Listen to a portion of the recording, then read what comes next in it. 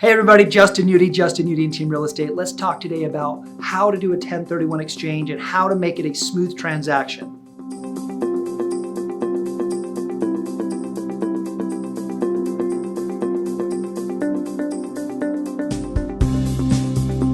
When we do a 1031 exchange, there's some 6 rules that I want us to think about. Number 1, let's just know what the deadlines are. First of all, it's a 45 days to identify a property, and then it's 180 days to be able to close on it.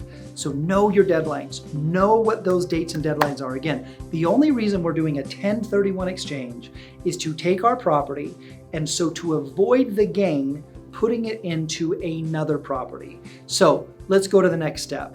The next step is that we want to make sure that we are signing the exchange documents either before or the day that we are closing. We want to make sure those documents are taken care of. If we're signing it after the fact, essentially, again, we're trying to avoid the gain. Next item, number 3.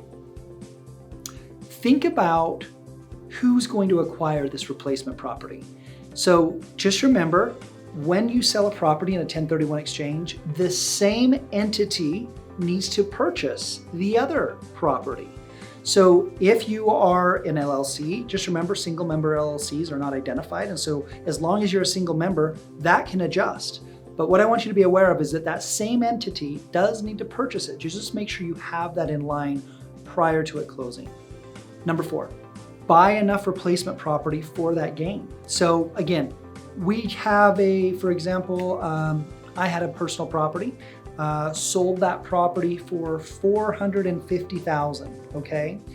That $450,000, I had to go buy another property that it was a minimum of $450,000 or more. So what I had done, sold a duplex and purchased an eightplex, okay? Now that eightplex was obviously over that amount, and so it gave me the ability to exchange into it.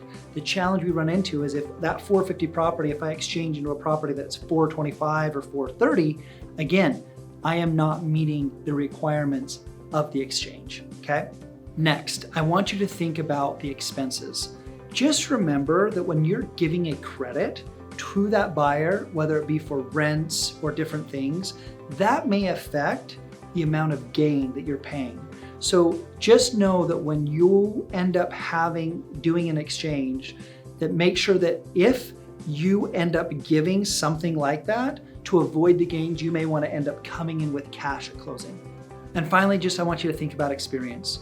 Just make sure you're picking an intermediary that has the ability to have knowledge about it, because sometimes if they don't know, or their paperwork is wrong, or they're not giving you information, it can kind of muddy the waters. And the reason that's a problem is if you have a replacement property that you're unable to close on, or you're paying gain on, or the information is not in an organized manner for you to execute on the 1031, it can cause just an issue, whether it be losing the property, paying more money than you should, having a lot of confusion and headache, and really just maybe making it not a really amazing experience, because that was really made to give you the ability to exchange into a better, more lucrative, more opportunistic, or even just a better property for you. So I hope these items in regards to thinking about a 1031 exchange help you. Again, if you need an intermediary, definitely let us know so that we can just kind of refer you to folks.